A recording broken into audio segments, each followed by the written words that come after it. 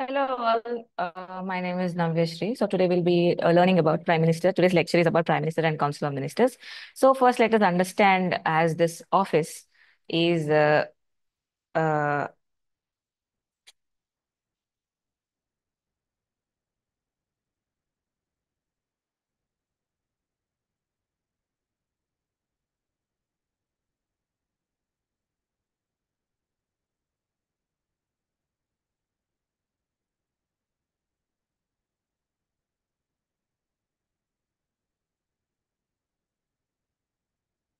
yes, so we'll be talking about Prime Minister and Council of Ministers.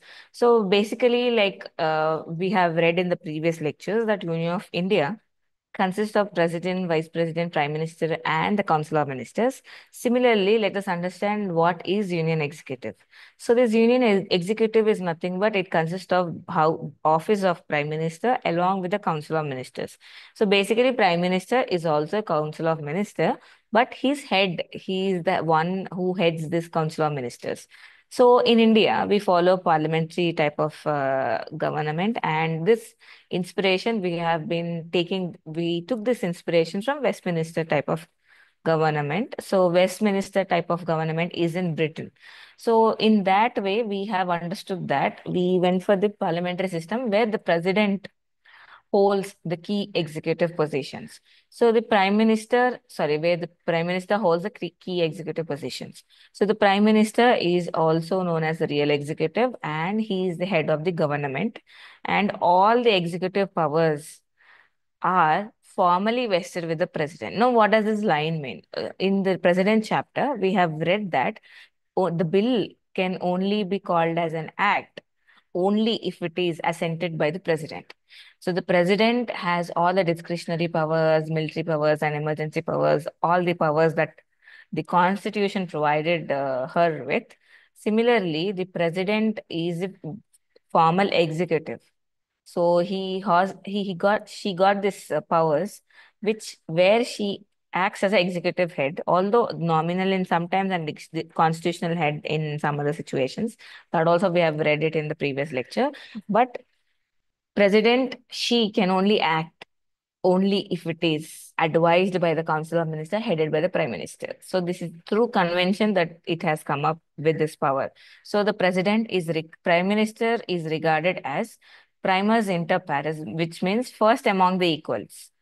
And Article 74 and 75, which are in Part 5 of the Indian Constitution, they deal with Union Council of Ministers.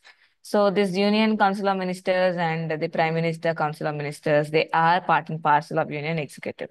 Now let us understand certain features uh, or the articles that are concerned with the Office of Prime Minister and the Council of Minister.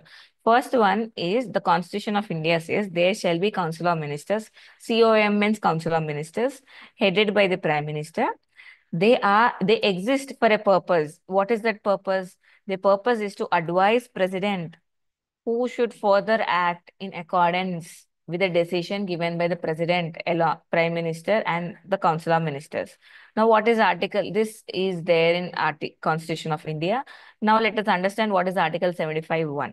Article 75.1 is nothing but there shall be Prime Minister appointed by the President and also the other ministers, which are basically council of ministers, appointed by the president, also appointed by the president, but on the advice of prime minister. So this is what the article reads. Each and every point also shall are very important if you are reading Article 75.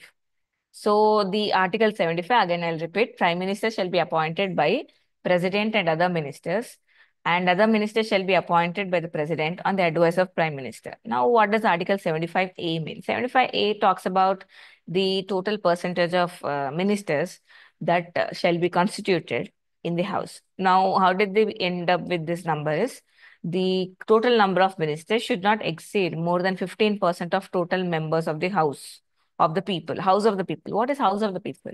House of the People is Lok Sabha. We have read it in Parliament chapter. If you haven't read, please go through the previous lectures. So Article 75 A is nothing but total ministers. This fixes how many numbers shall be there, how many number of ministers shall be there in the House.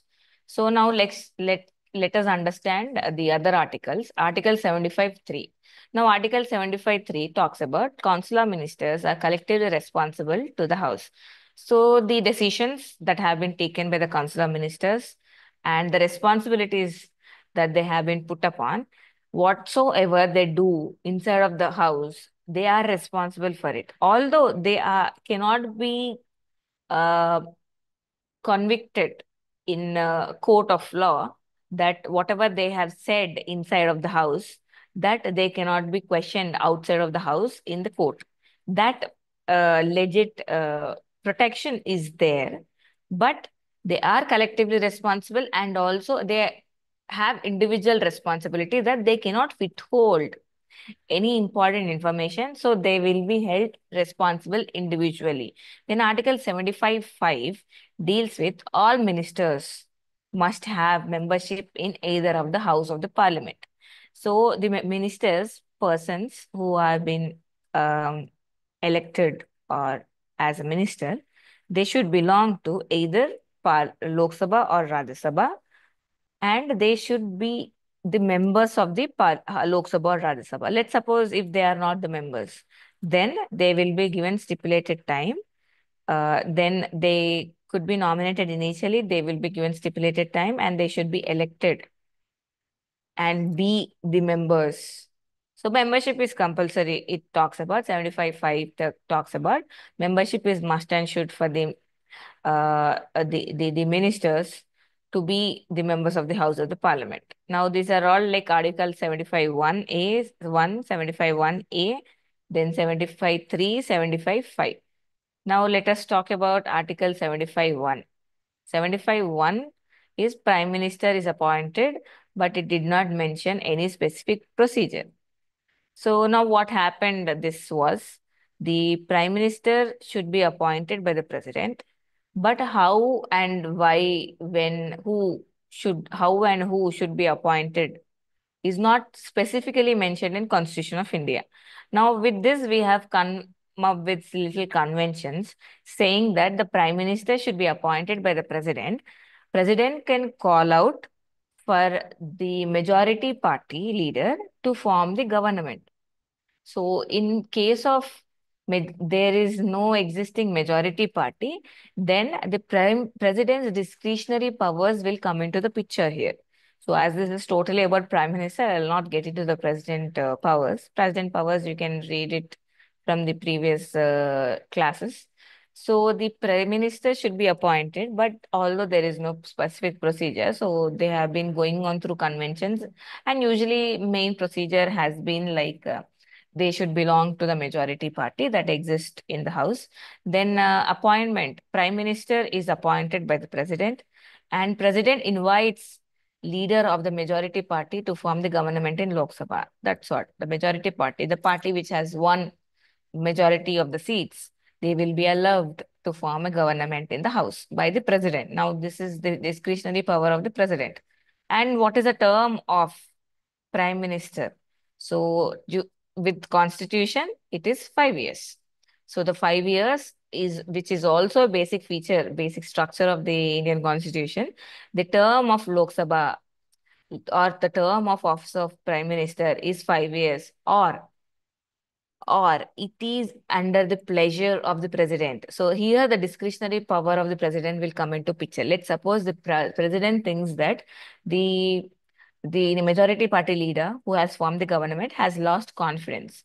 Now then he can call up for them to cancel out, or he can dissolve. Sorry, the president can dissolve the house if she thinks that the house, the party has lost confidence and the party has lost majority. So that is why it is either 5 years, maximum is 5 years, or minimum would depend on pleasure of president. Now eligibility. What is the eligibility of prime minister, of some person to be elected as a prime minister, is they have to be citizen of India. So this is must and should. They have to be citizen of India, and they have to be either member of Lok Sabha or Rajya Sabha. But in case of president, we have read that the president, to be person to be elected as a president, they should belong to the House of People. But here, Prime Minister can be from both Lok Sabha or Rajya Sabha. Because example is Narendra Modi is from Lok Sabha, and our ex-Prime Minister, late Prime Minister, Manmohan Singh is from Rajya Sabha. So they have to be 85, 30 years of age if they are from Rajya Sabha, and they have to be 25 years of age if they are getting elected from Lok Sabha. This is the usual Lok Sabha, Rajya Sabha age limits that you might have read it in the Parliament chapter also.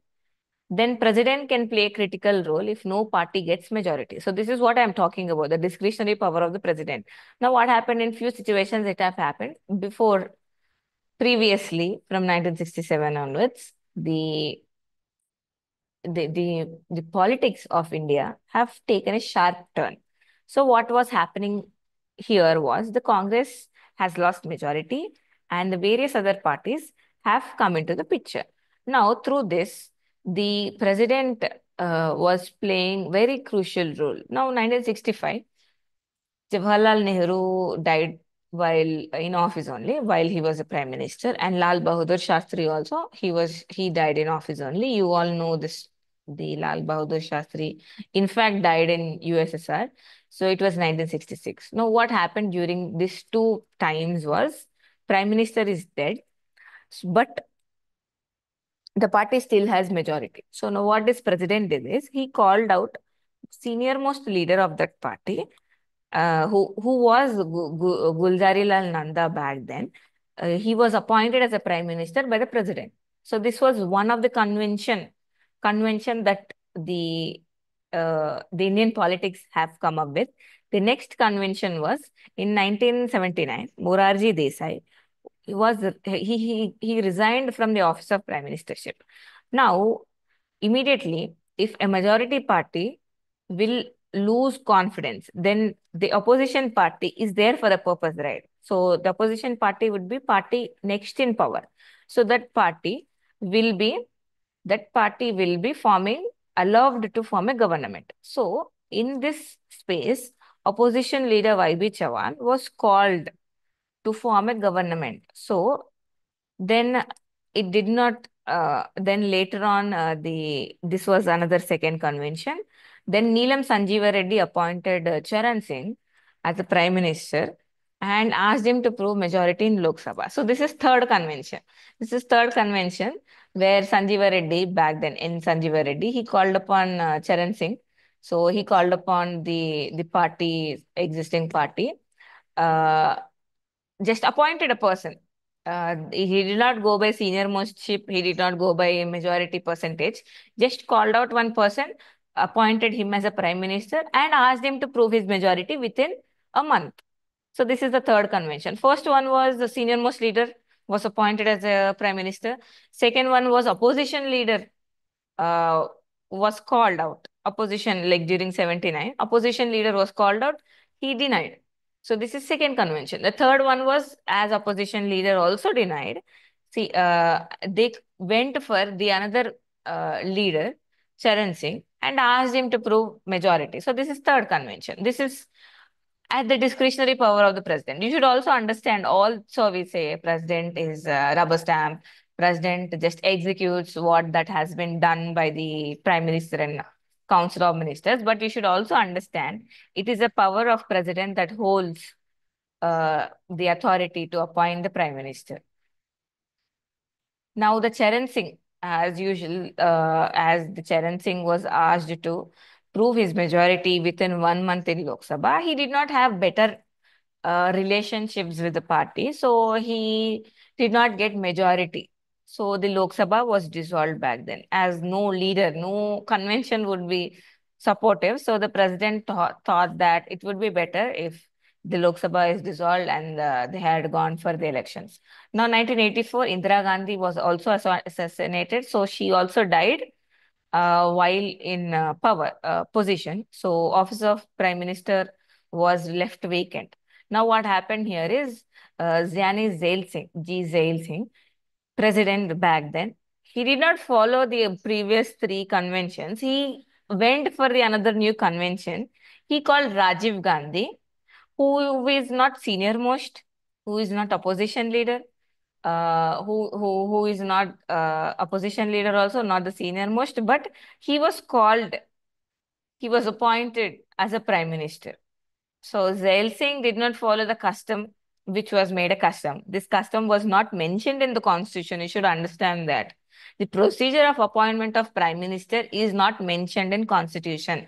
These procedures have been made through conventions, through the over years and the situations, based on situations, the prime minister's appointment have been happening.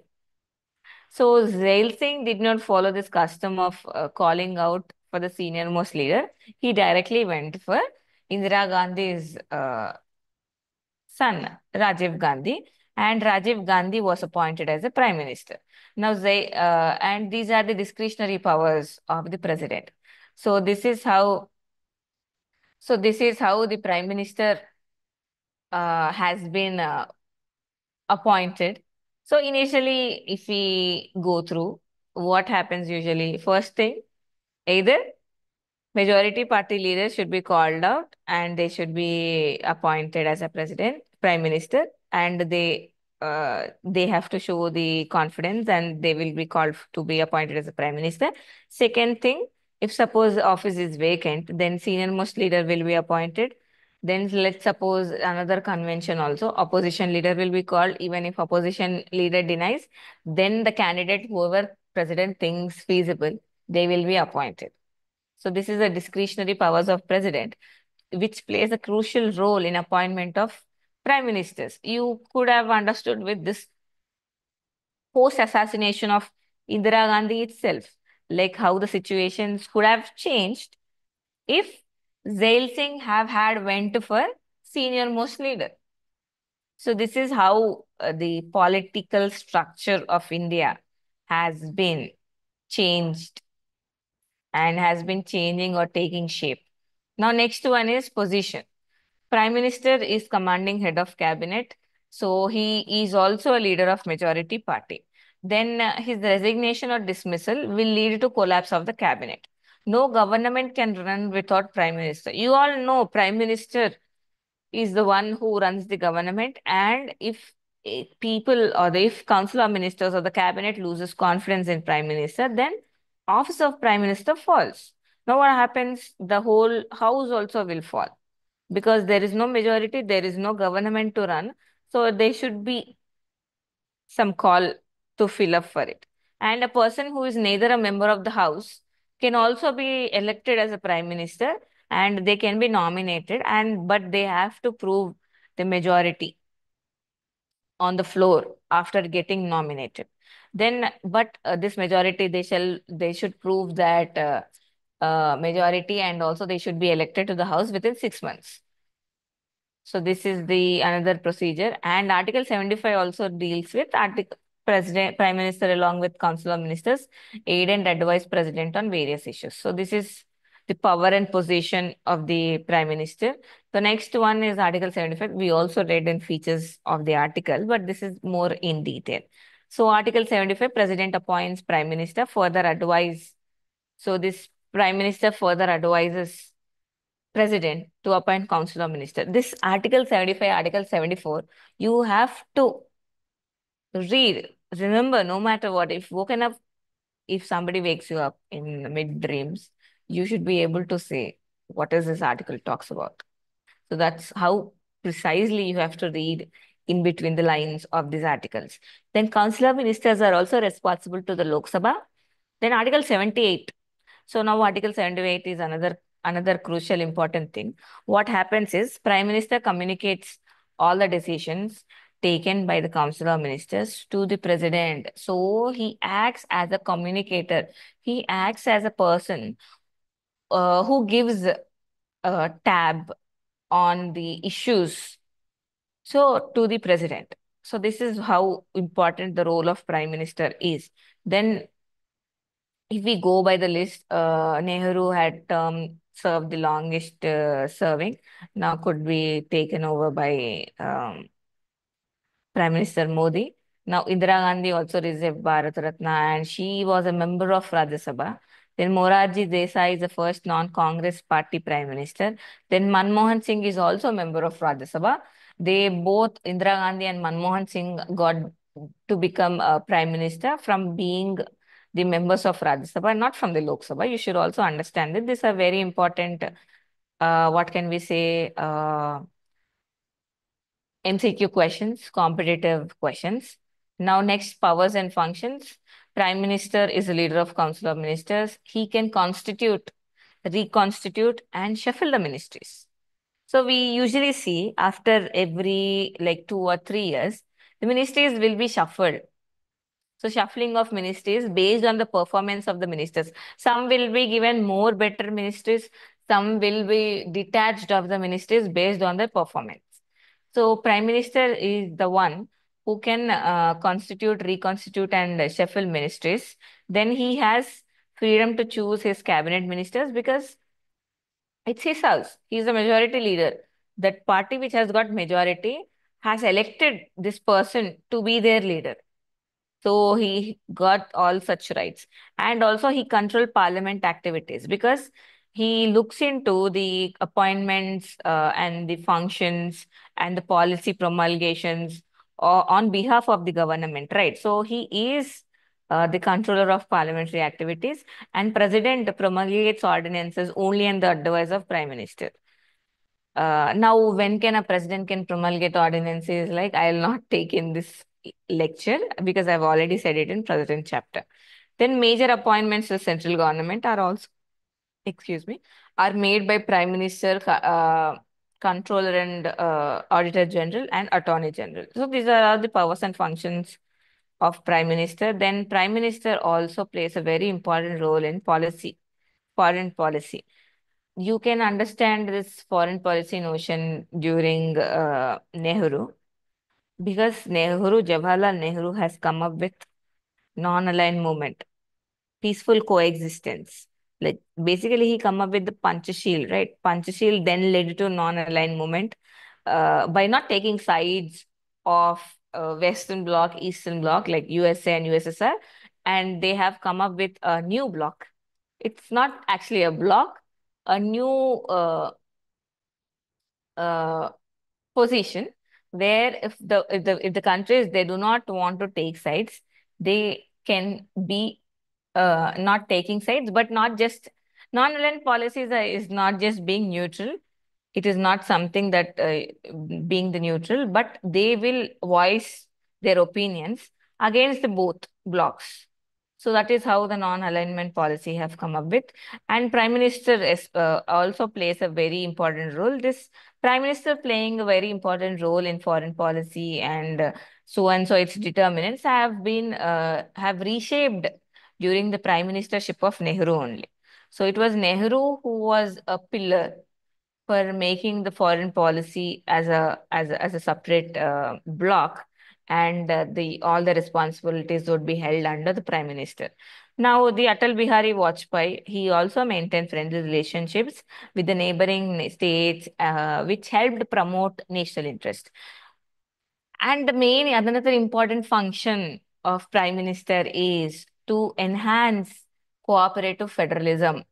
So, as federalism is a basic feature of Indian Constitution, the Prime Minister is one such key feature who connects the central with the states, which in a way could enhance or improve the relationships between the center and the states. So he is a key player, key factor in maintaining the cooperative federalism. Now, next one is the administrative wing of parliament is also under the control of prime minister. Then prime minister is head of Niti Aayog, Nuclear Command Authority, Department of Space, Ministry of Personal Public Grievances and Pensions, and Appointments Committee. So this second point. The second point is very important if you are preparing for competitive exams. So this second point can make the whole concept of powers and functions of prime minister with one just single point, because he is the head of the Niti Aayog. He has nuclear command authority under him. Department of Space is also under prime minister.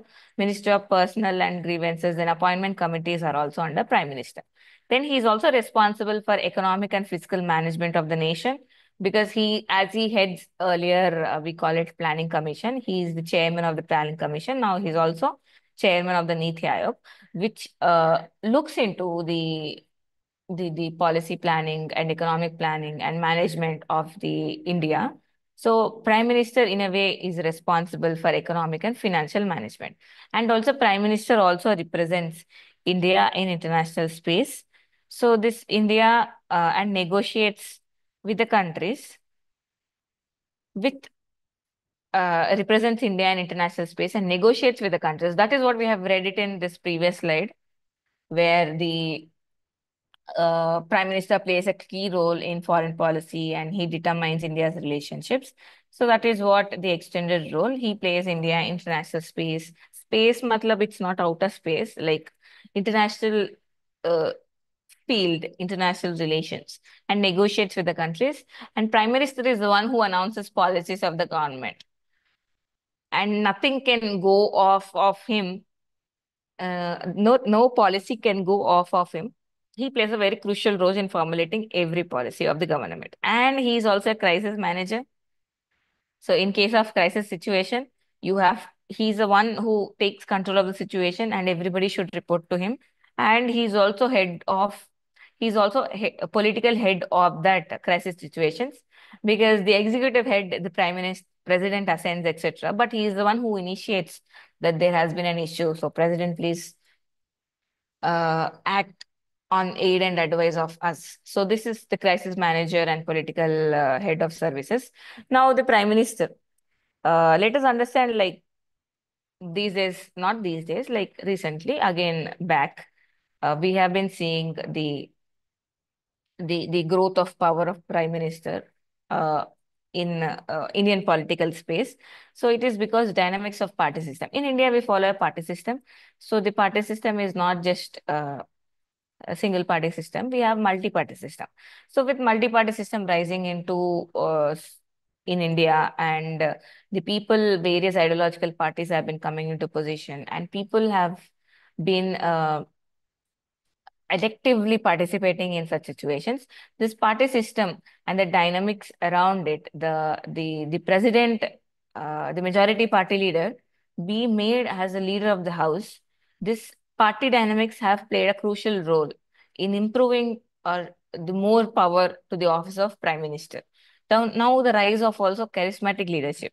So the India, mostly the prime ministers, few of the prime ministers, uh, they have this very charismatic leadership. This charismatic leadership, as per Max Weber, also says it helps uh, it helps its members follow the rules, follow the orders of the leader, because leader can win over its people through the charisma they portray, through the charisma they present of themselves.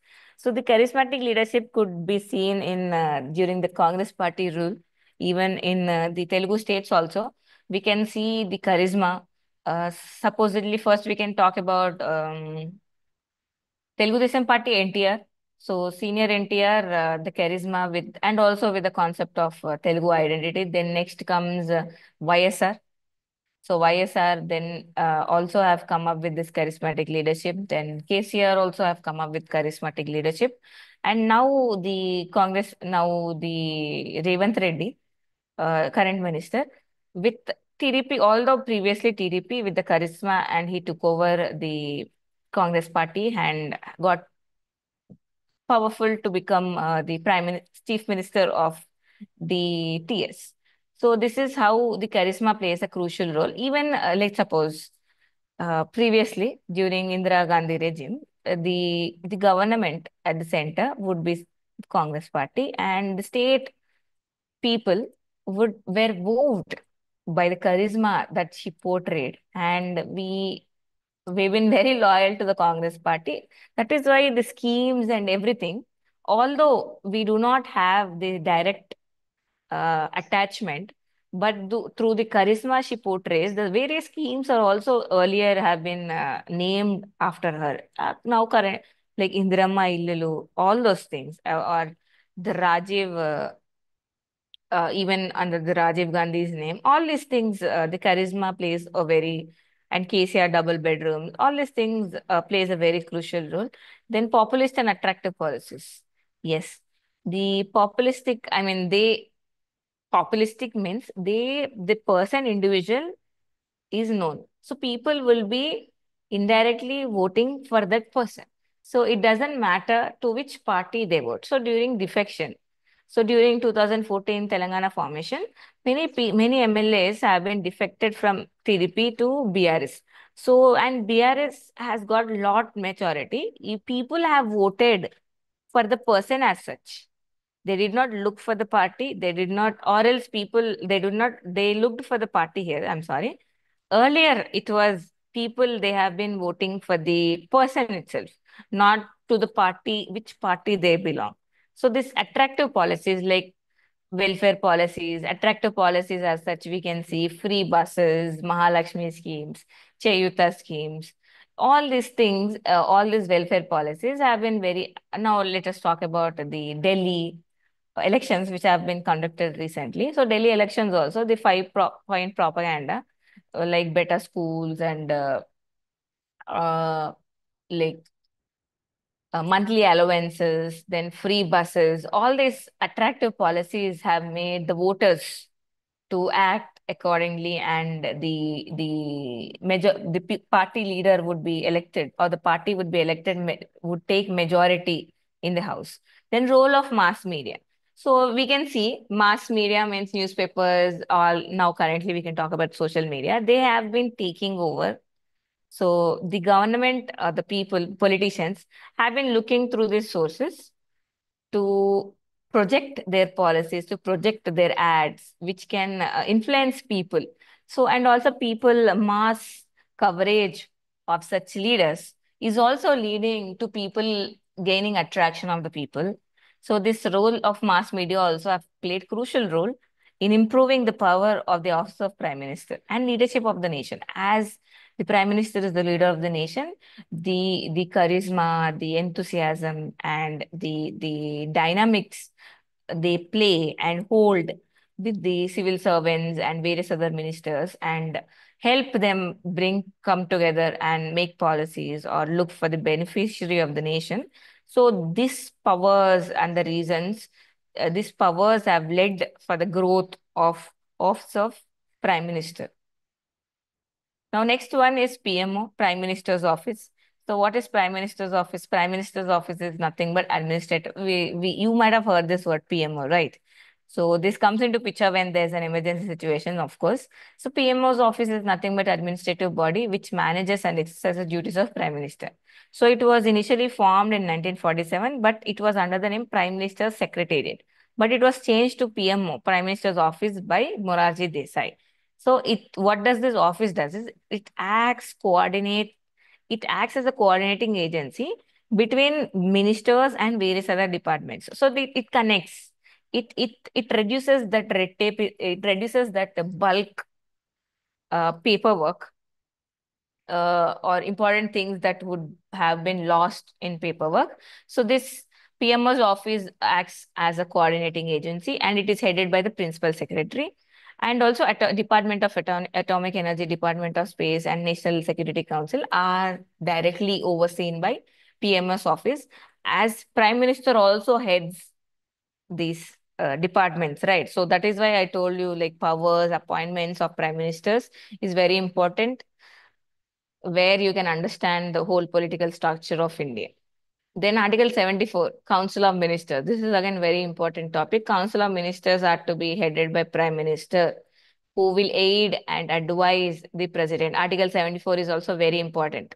Article 75 is Council of Ministers are appointed by the President on the advice of Prime Minister. So Prime Minister has this right to pick their members to Council of Ministers, their ministers, and President shall appoint them to the House. Now they form 15% of the total strength of Lok Sabha, and disqualifications of ministers when his or membership of the House is cancelled. So the persons elected to the House are said to be disqualified when their House membership is cancelled. Now you can ask this question: how do I know that? What are the situations that a membership of the MP could be cancelled or member could be cancelled? First one, if they cease to exist as a member, they do not get elected to the house within a 6 months. Let's suppose there's a discretion, right? There's a conventional power where the person could be nominated to the house, but they have to be elected within 6 months. Now they will exist as a member. Their membership will be cancelled if they do not get elected to the house within 6 months. So this is how the one of the first disqualification case. Second, this disqualification cases if they change their party after getting elected to the house. Or third one, if they do not follow the party regulations, so they can be disqualified. Now, salaries and allowances are decided by the parliament. Then Article 42nd, Article 44, Council of Ministers. So this Article 75 has been added through Constitutional Amendment Acts 42nd and 44th, that the Council of Ministers shall aid and advise the president, and this decision is binding on the president. So it's like president cannot say that although they advise me, I need not act as per that situation. So this is now not how it should go. But according to 42nd Constitutional Amendment Act and 44th Constitutional Amendment Act, this has been made inside of the this has been amended. The constitution has been amended, and these have been added that if Council of Ministers headed by Prime Minister gives some aid and advice, President shall bind through to that decisions. Then the advices cannot be inquired in court of law. This is what the protection that it holds. All the meetings, all the discussions, all the arguments, all the opinions that the members put inside of the house cannot be questioned in outside of the house. I mean, you cannot go to court saying that they have said so and so. This is the protection they hold. Then Article 75(3) is collective responsibility. They are collectively responsible to the Lok Sabha. So if loss of and the house may be dissolved if the money bill is rejected, or financial bill, or like annual financial statement budget is rejected, or president resigns. All these situations, council of ministers will also lose their position and the house will collapse. Then president may dissolve the house and call for the elections. So example, Janata government in 1979. This is one of the important example. So the Janata government has lost confidence and president has called out for the election. We have read it in the first or second, first three slides. Okay, please go through it again. Then types of ministers. Now, what are the types of ministers? There are cabinet ministers, ministers of state with independent charge, minister of state, deputy ministers. Now, cabinet ministers are one, they participate in cabinet meetings and they are the closer circle of ministers. Then ministers of state with independent charge, they are not under cabinet minister. Then minister of state, they do not have independent charge, but they work under the cabinet minister. Then deputy minister is the one who works under cabinet minister or minister of independent charge. These four are very important. So recently they have started asking questions as per the types of ministers. So please be aware of it. Then powers. Now, what are the powers of council of ministers? They formulate government policies. They administer and maintain public order in the nations. So these are the powers of the cabinet ministers. So they basically the half of the powers of the prime minister, right? So what do they do? Main duty is to make a policy. Main duty is to address an issue and make a policy on it and get it passed in the house and get it signed by the president. This is their sole duty. And also to maintain public order inside of the nation. So if the public order is supposed to be not to be maintained, then we make address it as an internal aggression or the national emergency, right? So this is the very important function of the Council of Ministers. So next one is Gopalaswamy Iyengar report, 1950. They said that the three-tier system of ministry shall be established so that it will create a responsible uh, space rather than giving power to single individual. So the 44th Constitutional Amendment Act added cabinet word to the constitution. Initially, it was not there in the original constitution. And the cabinet is composed of like the senior most close circle of ministers. It is a small and powerful decision making body in the administration. And they formulate and execute policies. It is headed by cabinet secretary. Who is cabinet secretary? Cabinet secretary is a senior most member of the civil services. So the cabinet has been formed. They tried establishing the three-tier system and through 44th constitutional amendment. So whatever happened in the constitution, the majority of the changes have been made through 42nd and 44th constitutional amendment acts. So that is why they have been partly called as the mini constitution. So now 44th amendment act added cabinet word, and they consist of senior most leaders, ministers. So what do? They are the strong and powerful decision making body. They formulate policies, they execute policies. It is headed by the cabinet secretary. Now who is cabinet secretary? Cabinet secretary is the one who is our senior most in civil services, in next in position. So they will be made as a cabinet secretary. Now there are two types of committees. One is standing committee, another one is ad hoc committee. Standing committee is four members and it's a permanent, whereas ad hoc committees usually are based as per the need or if there's been an emergency situation. So they have been made as such. Then cabinet connects legislature and the executive. They are extra constitutional bodies.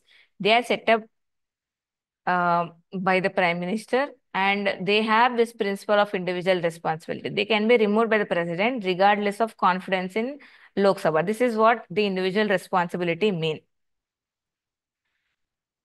Then it consists of eight cabinet committees that we can read about, like appointments committee of cabinet, cabinet committee on economic affairs, then cabinet committee on political affairs, cabinet committee on investment and growth, cabinet committee on security, cabinet committee on parliamentary affairs, cabinet committee on accommodation, cabinet committee on employment and skill development. So membership usually varies from 3 to 8 depending on the need.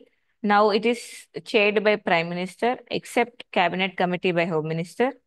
Then the Cabinet Committee on Parliamentary Affairs, it chaired by Defense Minister. Then there's something called Kitchen Cabinet. We have read this word Kitchen Cabinet in the Parliament chapter also. This was uh,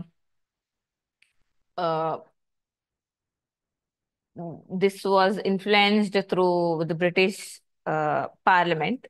There, the opposition parties have this kitchen cabinet, which was basically formed by the opposition party leaders to look into the government policies and regulations. Here, the kitchen cabinet is also known as, in India, kitchen cabinet is known as inner cabinet. It's basically the kitchen. We call it the kitchen politics, right? So it is like few trusted members of the prime minister will be there in this kitchen cabinet. These members could be outsiders also. So they could be industrialists, they could be family members, they could be influential persons who would be taking decisions on the policies. So this is unofficial one. It's a kitchen cabinet. Then the role and importance of the prime minister, you have to also understand this. So we will give a brief analysis of all the PMs that we have had since the independence. So Nehru, as usual, the first prime minister, held position through 1947 to 64. So Nehru tried doing many institutional changes because of the new independent India. And also we have seen this changes, especially in foreign policy, portfolios and building India's presence outside of the India. He made sure that it's very important for us to voice over any opinions. And he also came up with this Panchashil, five principles, non-aligned movement. So all these things. And also he also tried playing an important crucial role as a mediator or as a person uh, overlooking the center and the state relations. So the center and the state were having better relationships while the prime minister was at the position. But the other criticism would also be like, as Congress was at the center and also Congress was in states, in most of the states. So it was very smoothly functioning. So that could also be another reason. Then there was no one to challenge his authority. So that is why it was also ensured that smooth functioning was ensured to the office of Prime Minister. Now, next one is Lal Bahadur Shastri. He had his prime ministership since 1964 and 66. He also died in office. Then he was also addressed as effective and a strong leader. Then Indira Gandhi during the periods 1966 and 1977, and also during 1980 and 1984. So she, in her position, or she maintained kind of low profile, uh, but this low profile has also led to the party's pluralist structure has been collapsed, and internal democracy of the party has been collapsed. So this internal party democracy has been collapsed, which eventually led to misunderstanding, which eventually led to the party forming two different groups, the pro and anti Indra. So all these things have been led, especially because of her strong and rebellious decisions. And this one of such decision is 1974, 1971 liberation of Bangladesh. So 1974 liberation of Bangladesh from East Pakistan. So these things also are the crucial decisions that has been taken by Mrs. Indira Gandhi. Now she's been criticized for dictator politics and centralized regime. This can be seen during the emergency time. So during the emergency time, the president was informed overnight, and the president has assented a sign on declaring an emergency. Then after that, no, it was made sure that if in case of the emergency or national emergency, the parliament has to approve that bill. Then only the emergency can be declared. So earlier it was under the control, like it kind of felt like dictator politics. So all of ours is a democratic nation. It kind of felt like single individual have been taking various crucial decisions, and also most of the ministries are under control of her. So it kind of led to single individual controlling authority, controlling the the position, the decisions, it has been taken solely, and the leaders, other leaders, have not been asked or have not been asked their opinions in such things.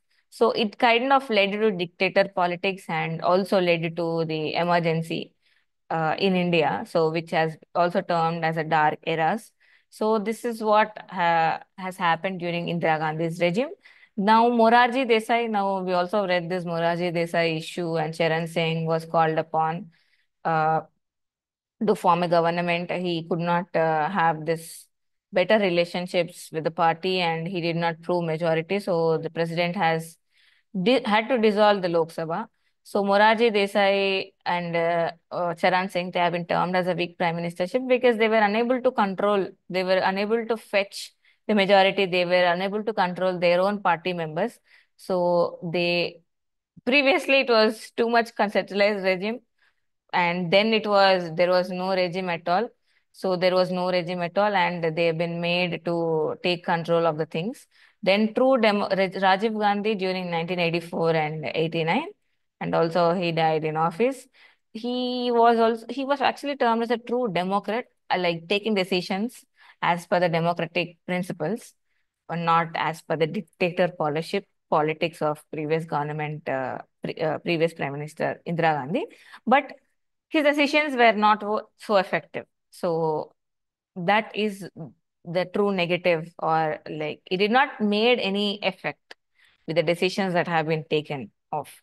Now, VP Singh, Vishwanath Singh, during 1989 and 1990, his indecisiveness or unable to take strong decisions also made him exit from the office. He also did not have he also did not have this better relationships with the party. So VP Singh also exited the office 1989 and 1990. Then Chandrasekhar took over the office in 1990 and 1991. He also could not maintain cordial relationship with the Congress party, which in fact caused this exit from the party itself. So if you can see the years, till then it was going on very good. The prime minister years were very large and as per the parliament. But here you could see the unstable governments that have been forming because the party politics or the party system at the center have been changed. The Congress party has been slowly losing its centralized authority, and various other regional parties have come into picture. So that is why we could say Moraji Desai, Charan Singh, Rajiv Gandhi, VP Singh, then Chandrasekhar. Like in a very small little span of time. Then PV Narasimha Rao has come into picture, and it led to what do we call LPG. So liberalization, privatization, and globalization. Then India opening up its economy to a globalized world, which led to creation of the world global village. So it was under PV Narasimha Rao's prime ministership, and 1997 it led to although his prime minister years were called to be like successful, and also it led peaceful. Participation, peaceful years, in spite of Ayodhya riots or Bombay riots. But the government faced lot of corruption charges, lot of political corruption charges, and lot of scams have been could be seen during this regime. So in a way, it lost its credibility. We can say, although it was successful in controlling the situations because of the globalized world, but it was not as it did not go well. It did not age well. So it led with a lot of corruption cases and scams. Then H.D. Deve Gowda also he formed coalition government with 13 parties. Imagine forming a coalition government with 13 parties. So it was also a very Herculean task. Then I.K. Gujral 1997 and 98, it was very 1 year span. Then Vajpayee, it was during 1996, then government collapsed. Then again in 1998 until 2004, successful uh, termship was endured, and also his active role or very crucial role in Kargil War and USA relationships. Then Manmohan Singh, Dr. Manmohan Singh, late Prime Minister, he also had his period during 2004 and 2014. Also, although he was very disciplined and very sincere person, but he was termed weak because most of the decisions were of the party. It was said that not of that individual decisions were not pushed through. Then next prime minister, 2014 until this president, is Narendra Modi. Within the two-term year, they were called as a majority party. Now they have been took coalition with TDP and Nitish Kumar. But initially, it was termed as like effective majority party, and no doubt the charismatic leadership has helped bring down or keep on track with the diplomats, with the civil servants, with the ministers, and everybody else in the office. So this is how the role and importance of prime minister plays a crucial role. And you should also know, like these are the prime minister terms that we have been saying of. So this is for today. If you have any doubts, we can talk about it. So first, if there's a question, let's suppose if there's a question, they'll ask you, what are the reasons for the growth of powers of prime minister? Then explain what is prime minister office, what position do they hold in Constitution of India. Then explain the reasons for growth, all these things, dynamics, charismatic leadership, populist, attractive policies, mass media, and leadership of the nation. Then you can go for, if they ask council of ministers, then you have to go this for council of ministers and the types and cabinet. If there's a question, please go for the cabinet slides.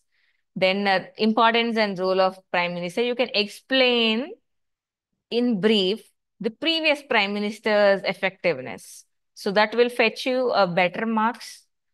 So that exam evaluator would know that the student has went through the brief years of other prime ministers in term, etc., and understood what they have done. So that will also fetch you a better marks.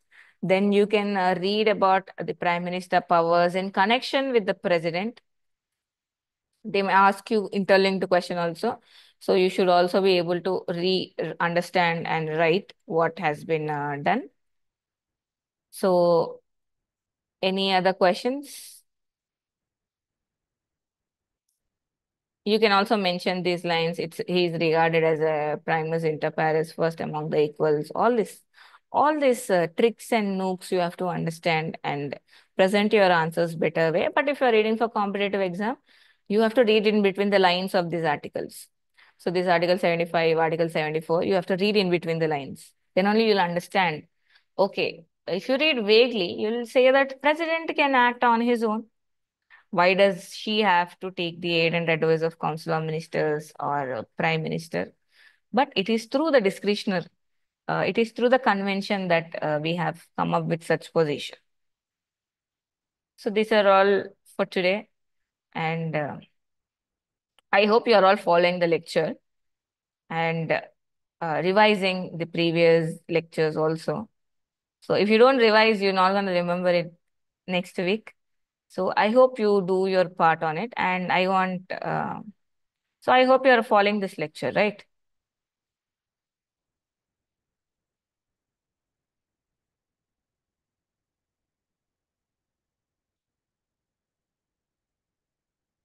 Yeah, yes. Okay, good. So see you all in next class.